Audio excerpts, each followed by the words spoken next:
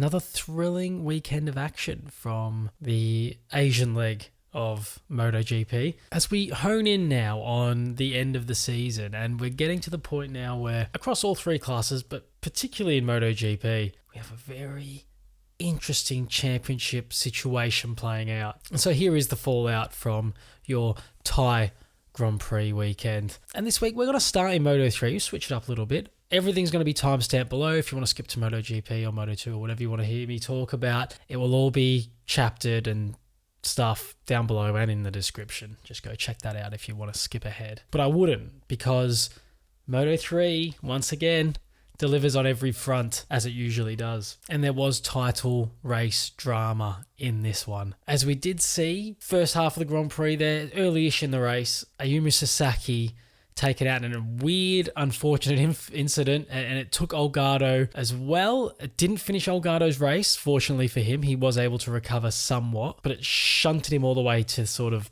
out of the points, really, at the time. And yeah, just a weird moment where David Munoz, where I'm assuming technical issues, something's happened on the bike, and he's really mid-corner. It's sat up and just rolled right off the throttle. The thing's just slowed to a crawl. And obviously no reaction time for the guys behind. Sasaki goes straight into the back of him, race over, and title lead now. 17 points to Sasaki. So still in second place as, Danny Olgado, like I mentioned, wasn't able to take full advantage of it. But yes, of course, it was won by the rookie sensation, Colombia's David Alonso. So this kid is just doing weird rookie season shit right now. The guy's quick, and you know what? Another win here, and the form's with the kid. He's got an X factor. He's actually put himself right in the title hunt again here. While I think from here, the way Jaume Masia rides and the way the maturity is shown this season to ride in the way that he has, I can't really see anyone, especially now that Sasaki's lost all that ground to him. I can't really see anyone bridging that gap. I mean, when you've got that kind of an X factor where you can just go win these races like that, I mean, any slip-ups, he could be one primed to take advantage, but it was an excellent race again, and he rode an absolute blinder. And we had two debut podiums in this one as well, with Furusato coming second and Colin Vaya coming third. Now, I've spoken about Colin Vaya, I think, last week, about how impressed I've been with him as a rookie, and overshadowed by the fact that David Alonso, who, by the way, is now Rookie of the Year officially, overshadowed by the fact that David Alonso's had such an amazing season. But so solid Colin Vaya's been this season, so quick. He's showing enough speed that I think next year he has to be in the conversation with David Alonso. For these guys are going to be right up the front all the time, competing for the title, I think. And yeah, Colin Vaya's managed to snatch third here. And we'll talk about this last section of the race here, because Colin Vaya, I think we've seen this somewhere before, and I don't remember where it was, but Vaya almost has a high side on the last lap, and it shifts him back a few positions, maybe ends up like 5th or 6th, and fought back this time to get himself on the podium. Last time he wasn't able to, and he missed out on the podium that day, and today he's got his reward, and a just reward for what I've mentioned is I think, has been a fantastic season for him. And I think he's maybe in line to get another couple of podiums before the end of the season. Not many races left, but I think he's always there now. He is always there. And again, the only thing that overshadows his debut season, the fact that David Alonso has this X factor, that he has this like race winning ability. He just has that extra few percent of speed and quality. And like I said, it's an X factor. It's something that some riders just have, and he's got it. And he just keeps winning these races. And yeah, well done to Furusato for getting on the podium. Jaume Masia in that last lap eyed up second place off Furusato going into the last corner. And it's probably what gave Vaya the chance to go past him before the line. I think if he just sits in, and of course, hindsight is 2020. If he just sits in and accepts third place there, knowing that he probably isn't going to get past Furusato. It needed to be a big lunge, and it was, and it took him wide in out of the last corner. If he just sits in third, he probably still comes third, because Vaya can't pip him by the line. But he went for second, fair play to him, and ends up fourth. You can't know these things. You can't know Vaya's right there. So, I mean, fair play to him for having a crack. It did cost him third place in the end. Now, with Masia, where I think, when I was saying about that maturity and that ability, where I think he's just not going to drop enough points to anyone at this point, because you can't see him not finishing any of the last few races, which of course always is Moto3 is so unpredictable that it could, it doesn't even have to be in your hands, as we see with Sasaki there. But where I think it's different with Masia is he never ever really seems to find himself in the position Sasaki was in there, where you're at the back of a group. He seems to always be running in that top 3 or 4, qualifies well, he gets himself to the front so that if there is any shenanigans going on, he doesn't get caught up in it. First of all, you have to be quick enough to be in that position all the time, and he is, and he really makes a point of getting to the front, I think. And I think that's where that wins him this title this season, where Sasaki's got himself caught up in something there, and Holgado as well, because they found themselves too far back behind this group of Munoz and that. And Macia's just not putting himself in that situation. You can't get caught up in that if you're not there, and he's just not there ever. He's always in that top 3 or 4. Make sure he's in that lead group. He might drop down to 5th or 6th in a bit of a scuffle, which happens in Moto3 sometimes. He's very quick to get himself back up into that top 3 or 4. And he stays there and he doesn't get caught up in any shenanigans. You mean shenanigans? And that's where he's going to win this world title. But yeah, it was a really entertaining race. A lot of guys I haven't mentioned, but a lot happens in Moto3. It's hard to cover it all off. It was a very entertaining race. If you haven't seen it, if you have an ability to go back and watch replays somehow, go and find this one. It was a very good race again. In Moto2, nothing really happened here.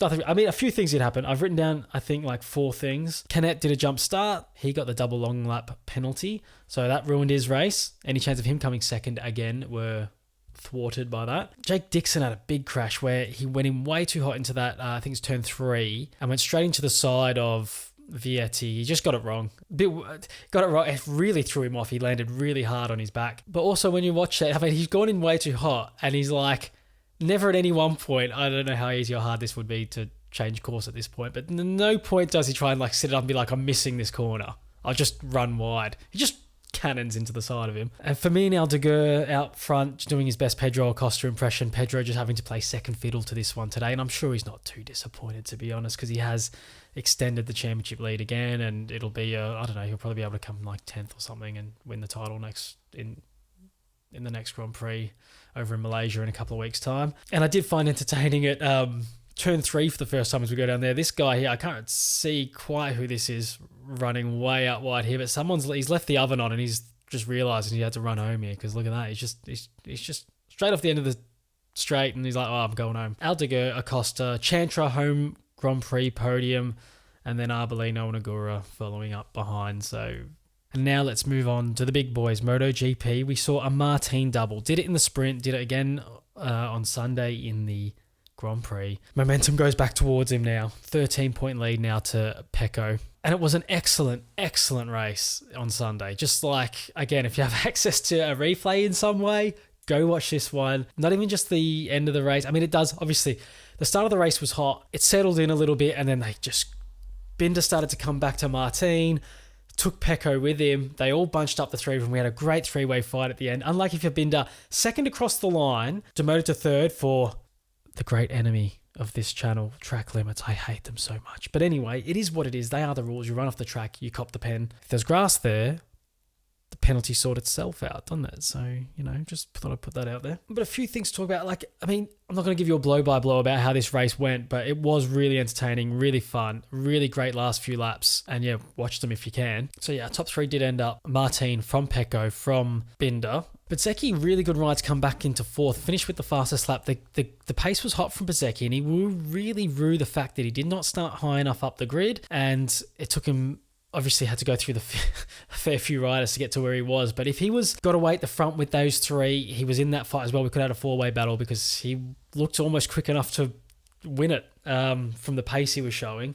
Obviously, it's hard to know, but good performance as well. Quartararo 5th, Marc Marquez 6th. This is just 2 really quality guys on rubbish machines overperforming, so well done to them. Espargaro's ended up 8th, and we're going to go into this because he's been penalised. It's his second offence on minimum tyre pressures being too low, and that has cost him 3 seconds, and it's demoted him from, I think it was 5th or 6th to 8th in the end. So he's lost those positions.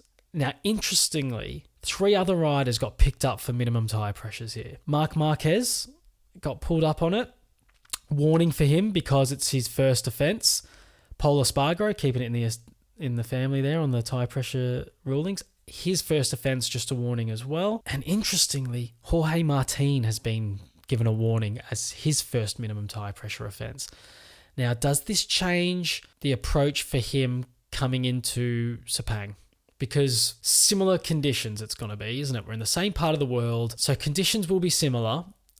He's finished just ahead of Pecco here as they cross the line. So is there an advantage, if they have to raise their tyre pressures at the start of the race to avoid copping this penalty? Does it affect his pace throughout the course of a race? Does it bring him back to the pace of Pecco and, these guys, and maybe he won't have that edge? Or will it not affect the pace, and he'll be fine? Or do they sort of go down the same track here and set the bike up the way they want to set it up, maybe raise the pressure a little bit? But if he does get caught again, 3-second demotion here takes him to 4th, and it could cost him a win. So it'll be interesting to see how that plays out into Malaysia. But yeah, if he's not as quick in the race in Malaysia, then it may be because in those sort of temperatures and conditions, he does like to run a certain tyre pressure, and having to raise that tyre pressure might have him not as comfortable on the bike as he has been here in Thailand. And if they run the same pressures, are they at risk of dropping below again and him getting the penalty? So it's going to be an interesting question to answer. Hopefully,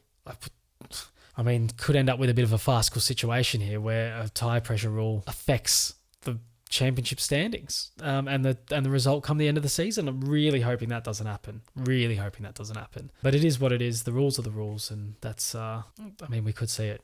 We could see it having an effect, and I hope it doesn't. Other notable performances. Weirdly, we had Bastianini starting, I think, last. So it was a strange one with, the back row of the grid was like Mir and Bastianini. Very strange. Bastianini's one I'm going to talk about probably at the end of the season because, we can go into this and talk about this for ages. Again, as I mentioned earlier in the video, hindsight is 2020. Ducati putting Bastianini on the bike instead of Martín. Bastianini injuries at the start of the season, struggling to get himself back up to speed. I did expect him to be a bit quicker by now, but I'm not willing to judge him until we get into next season and see the first 3 or 4 Grand Prix probably. So I would probably never say that Ducati made a mistake putting him on the bike, because I would have done the same thing with the evidence that was in front of me last season. But he struggled again this weekend. He's ended up getting in the points, but another really poor result and really poor qualifying. Zarco not able to back up his win last week, running around in 10th. But yeah, other notable Jack Miller, just nowhere all weekend. Really strange again to go back to this sort of pace that he was showing a few Grand Prix ago where he was really struggling. Then he got himself back towards the front in Phillip Island, home Grand Prix. Well, his pace hasn't been too bad the last couple of Grand Prix. And then now back to this. It's just like there was just nothing there for him this week. He's finished outside the points, 16th out of 18 finishes. So it does raise an interesting question. We talk about KTM a lot on here because they're the most up and down team I've ever seen. The only 2 bikes he's finished ahead of on track are the 2 other KTMs. So statistically speaking, the KTM is bad. It's not good. It was not good this weekend. Are these 3 underperformed here, or has Brad Binder just had an absolute fucking blinder? Tell me which side of that fence you fall on, because I don't know. You've got to tell me. I have no idea which one it is. Okay? But yeah, everything else is what it is. The championship, 13 points. Is Martin your favourite now? Just because and Marc Marquez has actually said this, he's the favourite because he's the quickest. Doesn't matter if you're behind in the points. If you're the quickest guy, a few races to go, you're the favourite. You'll make up those points. And with 2 races every weekend, it's so much more points you can make up. In the past, that's a 5-point gain.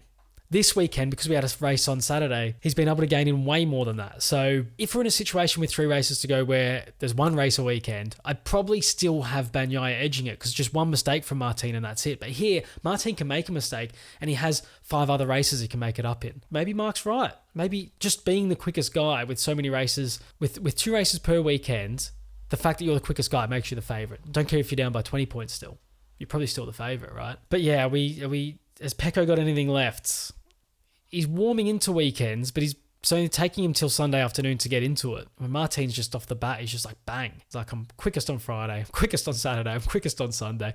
And even if he's not quickest on Sunday, he's given himself that head start because he's qualifying ahead, and Bagnaia is coming back to him at the end of the race here, but it's not enough because you've given him this head start. Pecco, he needs a Grand Prix. He needs a Grand Prix to come along, at least one, where he turns up and he's the quickest guy, and Martin has to catch him as the Grand Prix weekend goes on. Can't afford 3 of these. 3 of these and you're done. Even if you win one of them. Say you win a sprint, it's not going to be enough. It needs Bears and Binder to get involved and take points off Martin, because if he's not capable of doing it, it's ball in Martin's court, even with the 13-point deficit.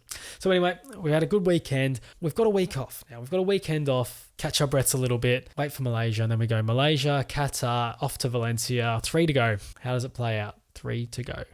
I had a great weekend. It was really fun. Weekend of racing, really great MotoGP race. MotoGP is still the king. Great race on Sunday. Really enjoyed it. And we will see you on the next one.